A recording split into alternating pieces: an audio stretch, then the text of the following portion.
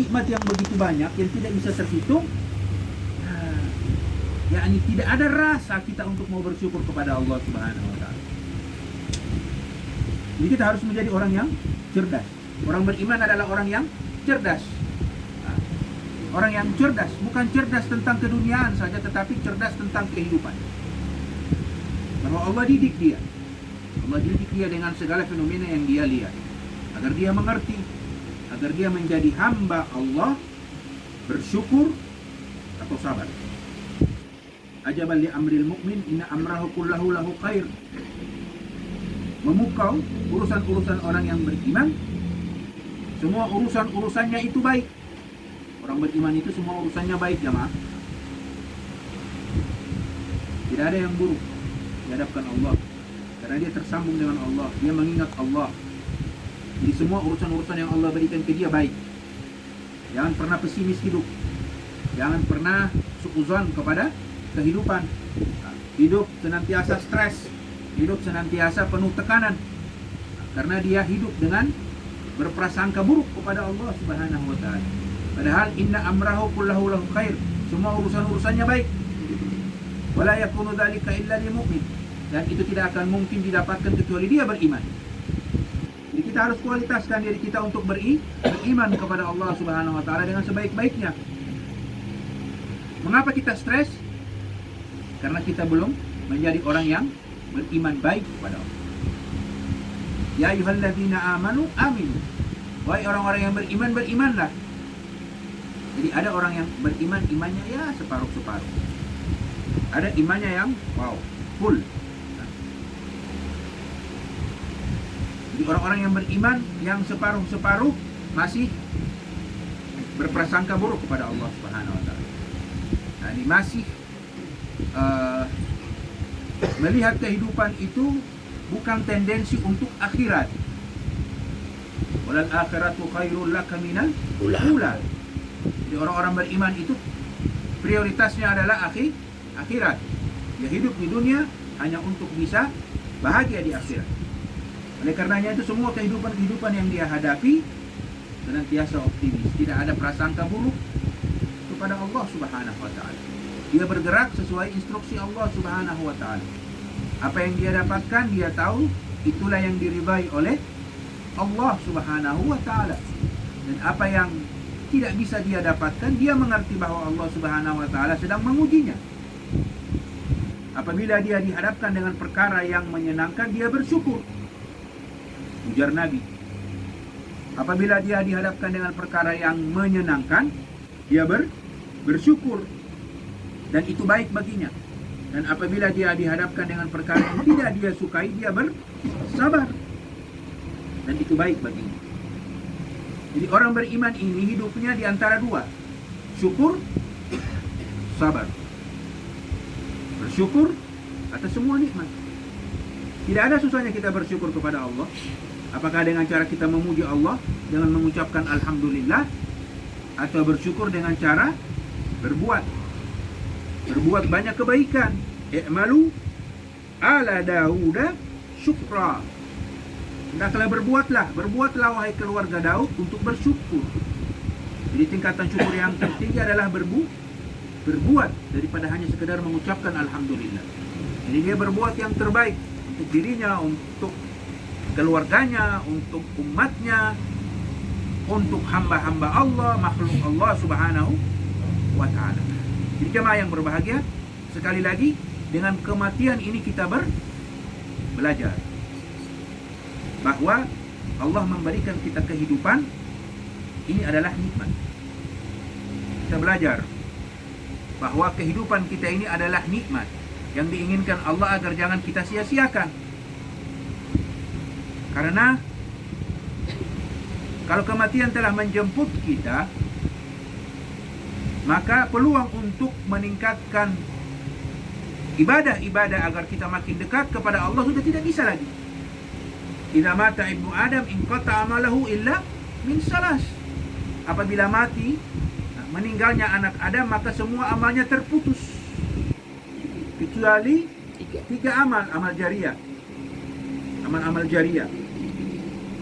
Dan amal-amal yang dia lakukan untuk kemaslahatan umat, bukan hanya untuk kemaslahatan dirinya saja, tetapi dia berpikir dia bangun sekolah, dia bangun rumah sakit, dia bangun tempat-tempat teduh, dia mewakafkan ini, dia mewakafkan Al-Quran, dia membangun masjid dan sebagainya.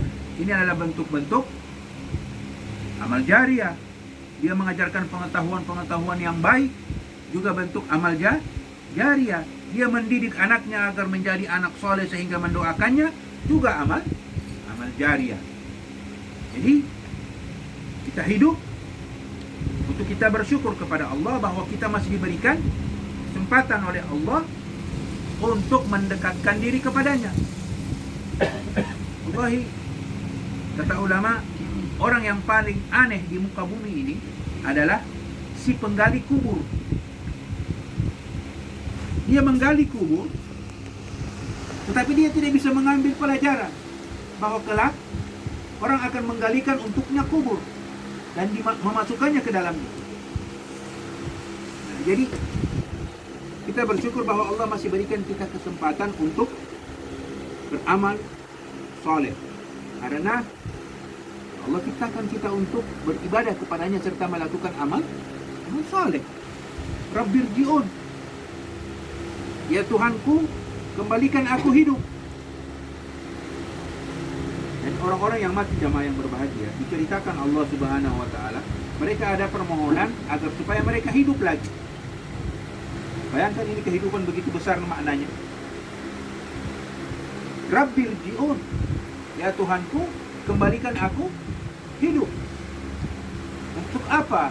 La'alli a'malu salihan fima tarak, agar aku bisa beramal saleh yang telah aku tinggalkan.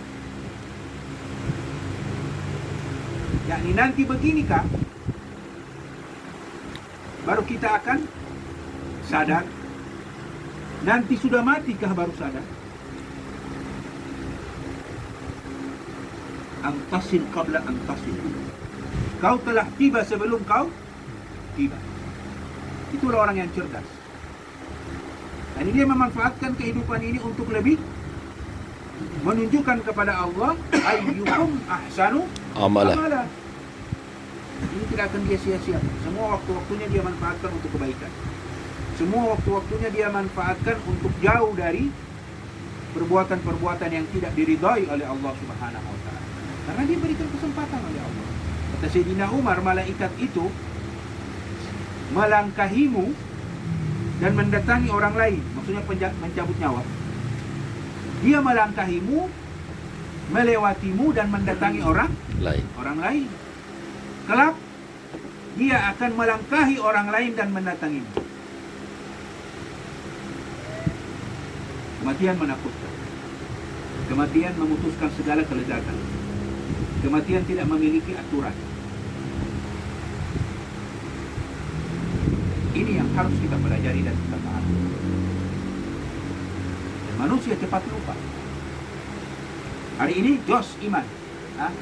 Saat ini iman jos. Keluar, hilang lagi josnya. Jadi begitulah manusia. Jadi diulangi lagi dengan insiden oleh Allah Subhanahu wa ta'ala. Diperlihatkan lagi. Ini agar segar diingatan bahwa kau dalam keadaan kuberikan nikmat hidup. Kau masih kubiarkan untuk hidup agar kau produktif di dalam ketaatan, di dalam berbuat amal soleh. Karena jika kita berjumpa dengan Allah dengan amal yang tidak sesuai standar yang diinginkan Allah Subhanahu wa ta'ala, ataupun banyak bermaksiat kepada Allah Subhanahu wa ta'ala, pastinya kita harus mengingat ayat ini. Dan kita tidak bisa menjamin bahwa kita ini termasuk orang-orang yang telah diterima oleh Allah Subhanahu wa ta'ala. Tidak tahu. Ada amal-amal yang diterima, ada amal juga yang ditolak oleh Allah. Kita diterima, Allahu a'lam. Jadi kita harus lebih waspada. Orang-orang beriman itu adalah orang yang senantiasa mengevaluasi dirinya. Dia tidak pernah merasa bahwa dia telah lebih baik daripada yang lain, atau dia telah banyak melakukan ketaatan kepada Allah daripada orang yang lain. Ini dia optimis bahwa dia akan selamat saat berjumpa dengan Allah, tidak demikian. Tapi orang beriman itu orang yang senantiasa merasa bahwa dia itu banyak dosa. Dia banyak kelalaian kepada Allah Subhanahu wa taala. Dia menunjukkan kehancuran dirinya di hadapan Allah Subhanahu wa taala. Dan bab taubat lewat kesadaran diri bahwa dia ini hina dan sangat banyak dosanya di hadapan Allah Subhanahu wa taala. Jadi dengan kematian kita mengerti bahwa kita itu diberikan kesempatan oleh Allah Subhanahu wa taala hidup untuk lebih banyak melakukan ketaatan kepada Allah Subhanahu wa taala. Begitu juga jamaah yang berbahagia. Kematian mengingatkan ke kita bahwa kita ini berpacu dengan melodi, berpacu dengan waktu. Ada acara dulu itu berpacu dengan melodi. Padahal sebenarnya kita sedang berpacu dengan waktu. Tadi dikatakan bahwa umur itu, dikatakan guru kita, umur itu tadi saya apa?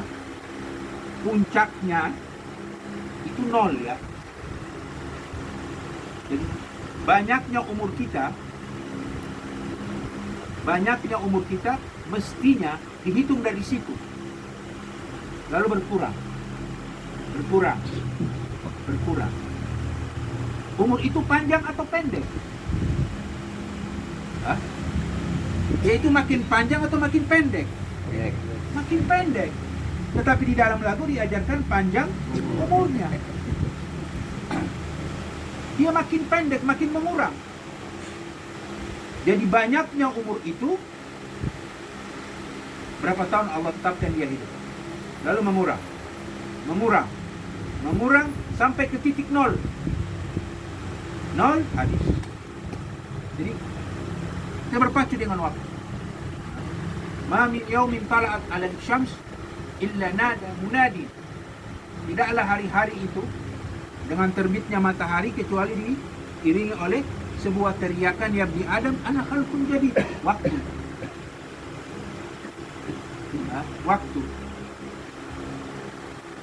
Allah bersumpah dengan waktu di dalam Al-Quran. Allah menamakan waktu di dalam surat Al-Quran. Allah bersumpah dalam setiap penggalan waktu, wadduha, wal fajri, wal laili, wal nahari. Ini penggalan waktu semua.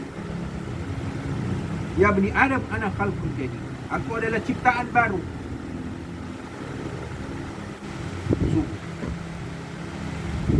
Ciptaan baru, lembaran baru.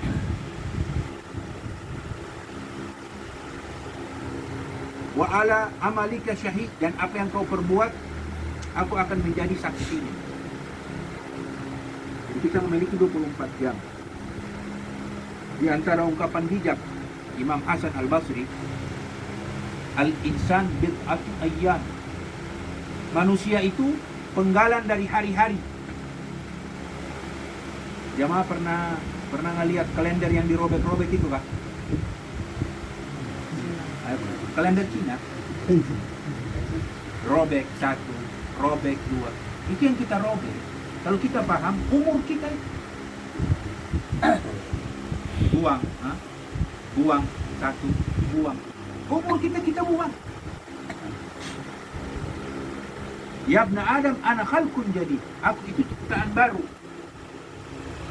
Biasanya kalau orang punya kalender itu kan, yang punya begitu, dia sudah lihat, besok, bismillah, buang.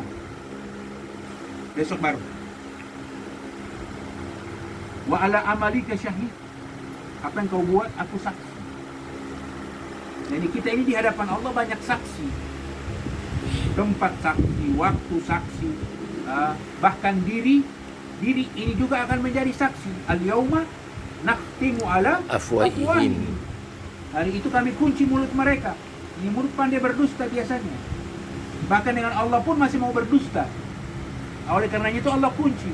Wa tukallimuna aydihim. Tangan mereka yang akan bicara kepada kami. Wa tukallimuna aydihim wa tashhadu arjuluhum. Dan akan memberikan persaksian adalah kaki-kaki mereka. Nah, langkah-langkah kita ini kita gunakan kemana? Jadi jamaah yang berbahagia, setiap hari kita sambut hari baru, maka dia akan bersaksi terhadap kita. Dan ingat selalu bahwa setiap pergantian hari itu pastinya kita makin dekat. Itu pasti. Makin dekat ke mana? DP kah? Atau dekat ke mall kah? Nah, itu kematian. Itu sudah pasti. Dirobek terus, ulang, makin mengurang. Bukan makin banyak, tapi makin mengurang. Bukan makin panjang, tapi makin pendek. Dan menuju kepada sebuah kepastian, yaitu mati. Lalu, apa yang harus kita persiapkan? Nasihat para orang-orang saleh, para anbiya, bahwa kematian itu adalah sebuah kepastian yang harus kita hadapi. Kita tidak bisa berbuat apa.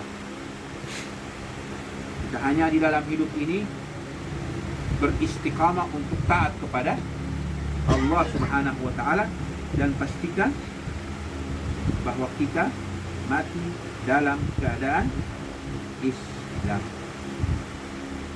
Ya bunayya, innallaha astafa lakumuddin. Wahai anakku, Allah telah memilih kepada kalian agama Islam ini. Fala tamutunna illa wa antum muslimun. Maka janganlah kalian mati kecuali kalian benar-benar dalam keadaan muslim. Ya ayyuhalladzina amanu, wahai orang-orang yang beriman, ittaqullaha haqqa tuqatih, bertakwalah kalian kepada Allah dengan sebenar-benar takwa, wala tamutunna illa wa antum muslimun, dan janganlah kalian mati kecuali benar-benar dalam keadaan muslim. Inilah jamaah yang berbahagia, hal-hal yang mungkin bisa menginspirasi kita, mendidik kita tentang hakikat sebuah kematian. Dia mendidik kita untuk lebih mengenal kehidupan, lebih memperbanyak ketaatan, kesalehan, qurubat kepada Allah Subhanahu wa ta'ala. Aqulu qawli hadza wa astaghfirullah li wa lakum. Subhanakallahumma bihamdika asyhadu an la ilaha illa anta astaghfiruka wa atubu ilaik. Assalamualaikum warahmatullahi wabarakatuh.